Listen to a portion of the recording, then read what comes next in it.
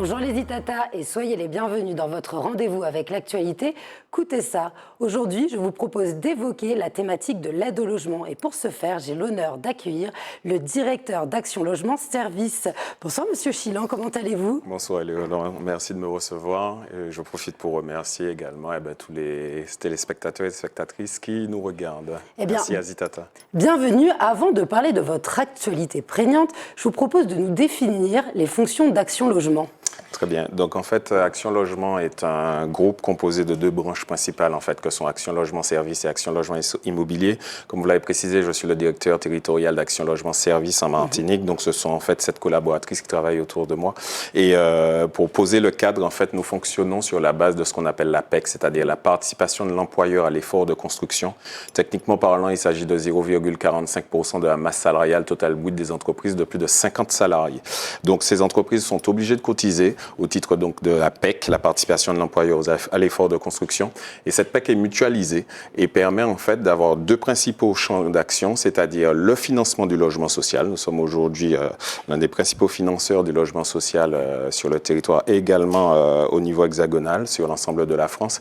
Et puis le deuxième volet, c'est un certain nombre de produits et services qui sont destinés aux jeunes de moins de 31 ans et aux salariés du secteur privé. J'espère que nous aurons l'occasion de les évoquer très rapidement tout à l'heure. Bien sûr, avec plaisir. Alors, je parlais d'une actualité qui date du mois d'avril de cette année. Pouvez-vous nous en dire plus? Oui, tout à fait. Donc, le groupe Action Logement, qui est dirigé de façon paritaire, donc par des membres des organisations patronales et des membres des organisations syndicales, a effectué un déplacement en mars 2022 et une convention a été signée avec la CTM, donc avec notre président qui est M. Bruno Arcadipan, qui a signé avec la CTM et M.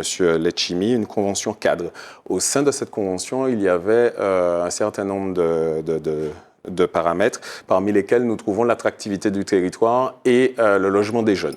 Ça a d'ailleurs été l'un des deux piliers en fait, du plan d'investissement volontaire que nous avons porté sur les 3 dernières années sur le territoire Martinique, avec un peu moins de 200 millions d'euros investis à cette occasion. Donc, au cours de cette convention cadre, comme je vous le disais, un des champs, c'était le logement des jeunes et l'attractivité du territoire. Donc, en fait, c'est en avril dernier. Nous avons donc procédé par déclinaison sur cette convention cadre et nous sommes allés donc travailler à l'élaboration d'une convention permettant de mettre à disposition des jeunes souhaitant venir apporter leurs compétences en Martinique une 50aine de logements qui seront répartis sur l'ensemble du territoire. Alors, il s'agit d'un retour au pays, ni plus ni moins. Oui, tout à fait. Donc, l'ambition est celle-là. Hein. On fait face, comme vous le savez, à un déclin démographique assez important. Le solde démographique nous est défavorable, puisque dorénavant, plus de personnes meurent en Martinique qu'il n'en est. Donc, à ce titre, nous souhaitons travailler aux côtés de la CTM et de façon partenariale à l'attractivité du territoire et donc au retour de ces jeunes. Ça signifie quoi? Ça signifie qu'aujourd'hui, nous avons des compétences qui nous manquent sur le territoire dans toutes sortes de domaines. Pour parler de celui que je connais le mieux et qui est celui qui est inhérent à mes fonctions, le BTP aujourd'hui, nous manquons énormément de main-d'œuvre. Donc en fait, comment chercher à rapatrier tant sur l'ensemble de ces métiers manuels, mais aussi sur des problématiques de type ingénierie, au niveau des services également, comment chercher à rapatrier sur notre territoire une force vive, ayant à ce titre 2 avantages, c'est-à-dire qu'on ramène de la compétence sur le territoire, mais également nous ramenons également des gens en âge d'avoir des enfants, puisqu'on parle justement d'une dynamique territoriale. Donc là, le terme est posé, c'est le terme attractivité et relance de notre démographie. Alors, travail partenarial, attractivité, jeunesse. Cette jeunesse, c'est compris entre quel âge et quel âge? Alors justement, donc si je parle uniquement au sens d'Action Logement Service, nous avons défini les jeunes comme étant jusqu'à l'âge de 30 ans révolus. Néanmoins, aujourd'hui, dans l'absolu, nous n'allons pas nous priver en fait d'un éventuel retour d'une compétence particulière. Donc en fait, au sein de ce comité qui sera mis en place, un comité de sélection qui va réunir donc Ozanam, qui est en fait la filiale du groupe Action Logement côté immobilier, Action Logement Service et la CTM. Donc, au sein de ce comité de sélection, nous allons devoir étudier un certain nombre de dossiers. Vous aurez un certain nombre de dossiers. Voilà, nous avons un certain nombre de dossiers. Nous ne nous priverons pas des compétences, quand bien même elles pourraient être un peu plus âgées que cette barre de 30, 31 ans. Voilà. Ok, donc on met une barre pour un peu situer voilà. les personnes qui voudront postuler. Tout à fait. Mais bien sûr, s'il y a quelque chose de très demandé, là, il y a une certaine souplesse. Exactement. On parle de commission, on parle de sélection, forcément, il y aura des critères. Quels sont-ils? Alors, deux champs. C'est-à-dire qu'en fait, aujourd'hui, nous travaillons donc avec notre filiale Ozanam. Ozanam a un certain nombre de logements qui sont dits libres, c'est-à-dire qu'ils ne sont pas conventionnés et ils ne sont pas soumis aux contraintes des plafonds de ressources. Voilà. Donc, pour ces logements, eh ben, nous travaillerons très certainement sur la motivation et sur le projet de retour au pays.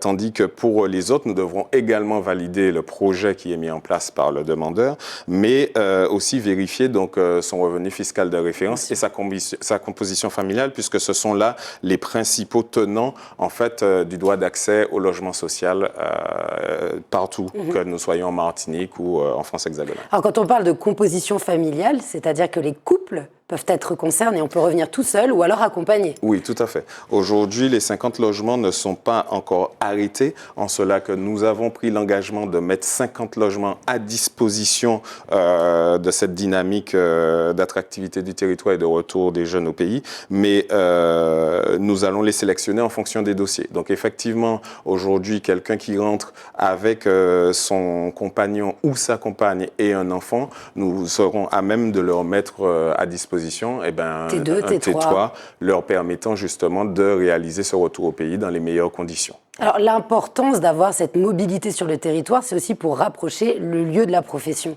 C'est ça. L'ADN même d'Action Logement, c'est en fait de faire le lien entre l'emploi et le logement. C'est-à-dire qu'aujourd'hui, effectivement, ce que nous allons étudier, c'est que si demain, nous avons, pour ne pas les citer, des personnes qui travaillaient autour de l'usine du Galion ou d'Albioma qui venaient nous proposer un projet de retour et qui seraient embauchés par ces entreprises qui sont situées, comme on le sait, du côté de Trinité, et bien là, nous allions très certainement leur proposer des logements du côté de Trinité, Sainte-Marie-Robert, de façon à ce que tout soit cohérent entre le projet professionnel et le lieu de logement. Alors, ce logement est mis à disposition pour un délai déterminé ou c'est infini le temps? Voilà. Alors, dans la convention telle qu'elle a été rédigée et signée, nous avons considéré que c'était un délai minimal de 3 mois. Okay. Pourquoi? Parce qu'en fait, la plupart du temps, aujourd'hui, vous aurez des périodes d'essai lors des contrats qui vont s'étendre de 3 à 4 mois. Donc, à la base, c'est un délai de 3 mois, mais qui peut être éventuellement reconductible. Voilà. Reconductible 3 mois aussi. Voilà, exactement. Et ce qui est très important pour les personnes qui nous regardent, c'est le loyer qui est relatif au salaire. Souvent, on peut se dire, est-ce que ça sera à la hauteur de mes moyens? Oui, tout à fait, puisque de fait, tout est bien pensé dans ce système, puisque, comme je vous l'ai dit, pour avoir accès à un logement social, vous devez fournir 3 éléments dans ce qu'on appelle aujourd'hui la base SNE, qui est la base enregistrement des demandeurs de logement social. Vous devez donc fournir, bien sûr, vos papiers d'identité, mais tout de suite après, votre revenu fiscal de référence et votre livret de famille. Puisque, en fait, aujourd'hui, quelqu'un qui gagne, je dis n'importe quoi, et pas tant que ça, puisque sur un logement social, très social, aujourd'hui, vous aurez quelqu'un qui a une personne à charge, elle sera éligible jusqu'à 19 721 € si on parle de logement très social, de revenus. Si elle est seule, ce sera 14 768. Voilà, j'ai pris ces quelques exemples là pour illustrer, mais de fait, vos loyers seront concordants avec le logement qui vous sera attribué, puisque c'est le principe même de la péréquation entre la situation familiale, le revenu et le loyer du logement social en face. Donc une véritable aide. On parle depuis le départ de conventions cadres, avec ensuite les prérogatives de chacun qui vont être définies, des partenaires, ainsi que les conditions de sélection. Oui. Où est-ce que nos spectateurs et spectatrices pourront retrouver ces informations? Très bien. Donc aujourd'hui, en fait, le cœur du dispositif se trouvera au rez-de-chaussée de la CTM. Monsieur Serge Chimi l'a déclaré lors de la signature, justement, et donc c'est la maison du retour et de la famille qui se trouve aujourd'hui au rez-de-chaussée de la CTM. Donc, les trois partenaires que sont donc la collectivité territoriale de la Martinique, le groupe Action Logement avec ses deux composantes ALS et ALI, vont donc travailler en parfaite symbiose avec cette structure qui sera en fait celle qui réceptionnera les dossiers et celle qui arbitrera avec nous l'ensemble du système. Ok. Voilà. Finalement, cette démarche, elle est dans la continuité de ce qui a déjà été amorcé avec, je pense, une initiative qui s'appelait Aller virer. Oui, tout à fait. Écoutez, en fait, pour moi, c'est dans le même esprit, puisque en fait, cette initiative qui a été menée avec un autre bailleur social, effectivement, alors là où il y a une différence notable, c'est qu'aujourd'hui, si je ne me trompe, il bénéficie d'un logement, tandis que nous en mettons 50. Mais bien sûr, il n'y a aucune forme de concurrence sur ce point particulier, puisqu'en fait, il s'agit pour tous les acteurs d'œuvrer justement à l'attractivité du territoire et au retour de nos jeunes. Voilà, donc oui, c'est une initiative qui est très très proche. Et qui avait très bien marché d'ailleurs. Qui encore, victime de son succès. Marche très très bien, puisque j'ai cru encore il y a à peine 2 jours voir un nouvel article sur une nouvelle personne qui avait intégré cette résidence et qui effectuait son retour en Martinique. Donc oui. Alors on sent vraiment le rôle d'Action Logement qui est intégré dans la dynamique territoriale parce que finalement le logement, l'emploi, la valorisation du territoire martiniquais dépend de plein de facteurs qui sont interdépendants. Vous avez d'autres projets pour l'avenir, pour pouvoir pousser dans ce dynamisme ? Oui, tout à fait. Alors aujourd'hui, Action Logement Service est un des financeurs de ce qu'on appelle le programme Action Cœur de Ville. Et au-delà de ça, comme je vous l'ai dit tout à l'heure, j'ai évoqué sur les 3 dernières années, nous avons porté le plan d'investissement volontaire. C'était ni plus ni moins qu'1,5 milliard qui était destiné aux 5 DOM Mayotte, Réunion, Guadeloupe, Guyane, Martinique. C'était 1,5 milliard. Un peu moins de 200 millions ont été consommés au titre de la Martinique. Et en fait, nous attaquons ce que nous appelons la revitalisation des centres-bourgs et des centres-villes. Donc en fait, qu'observons-nous factuellement, et pour évoquer quelques chiffres, les PILI, c'est-à-dire les plans intercommunaux de lutte contre l'habitat indigne que devaient produire chacun des EPCI, l'Espace Sud, Cap-Nord et la CACEM, on fait le constat de peu ou prou 33 000 logements jugés vacants et ou insalubres sur le territoire. 33 000. Donc aujourd'hui, Action Logement va travailler à la rénovation, les réhabilitations, et puis ce qu'on appelle plus joliment la revitalisation et la redynamisation des centres-villes. La revalorisation. Voilà, tout à fait, la revalorisation. Donc en fait, aujourd'hui, nous avons plusieurs produits de financement, qu'il s'agisse en fait de construction sur dents creuses, qu'on appelle les dents creuses dans tous les centres-villes, qu'il s'agisse de démolition pour reconstruction, mais nous travaillons aussi à ce que l'on appelle la transformation d'usage, c'est-à-dire que vous pouvez faire l'acquisition d'un immeuble qui anciennement est un immeuble de bureau et reparamétrer avec votre architecte et votre AMO, assistant à maîtrise d'ouvrage, tout cela pour en faire du logement. Quelle est la typologie aujourd'hui des projets qui nous sont menés, comme nous sommes en centre-bourg, centre-ville? C'est typiquement des logements où on aura au rez-de-chaussée un local commercial et de l'habitat au-dessus. Donc nous avons plusieurs lignes de financement aujourd'hui et nous finançons autant les personnes morales que les personnes physiques. Voilà, donc ce seront là nos principales ambitions sur le territoire en termes d'investissement et de recherche. Que ce soit pour les jeunes, que ce soit vraiment économique, dans le centre-ville, à destination des privés, des logements ou des bailleurs commerciaux, on sent bien que ce sont des plans pluriannuels qui s'inscrivent dans le temps. Ce n'est absolument pas à court terme. Ah non, c'est une vision politique globale. Tout à fait. De fait, là, nous sommes effectivement dans le social et plus précisément dans le logement. Donc, j'aime à dire que nous sommes sur le temps long. Donc, nous travaillons pour les générations à venir.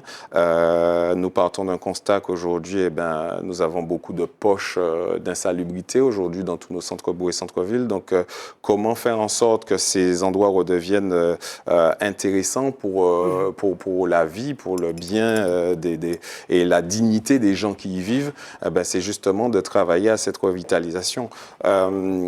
Pour rentrer un peu dans le détail technique et rapidement, c'est qu'aujourd'hui, les investisseurs qui viendront nous voir, qu'ils soient constitués en personne morale, mais également en personne physique, ces investisseurs aujourd'hui seront obligés de se tenir à un certain nombre de contraintes de type plafond de ressources et plafond de loyer. Et en fait, nous remettrons ainsi une offre de logement abordable et digne pour l'ensemble des futurs bénéficiaires. Voilà. D'accord, je vous remercie. Donc on comprend bien que la fonction d'Action Logement, c'est d'aller vers l'intérêt général, d'être présent pour tous et pour toutes, et notamment pour les jeunes. Je vous remercie beaucoup, Monsieur Chiland, d'être venu nous rendre visite et de nous avoir expliqué tout ça. On retrouve l'ensemble des informations sur les sites internet. Tout à fait. C'est bien ça? C'est ça. Alors, vous avez un site internet qui est très, très bien fait, où vous allez pouvoir trouver effectivement l'ensemble de nos produits et services destinés aux salariés. Et il est facile à retenir, c'est actionlogement en un seul mot et sans s.fr. Voilà. Ok, c'est bien noté. Très bien. Merci beaucoup les Itata de nous avoir suivis sur cette thématique. Je vous dis à très vite pour une prochaine émission de Coutez ça.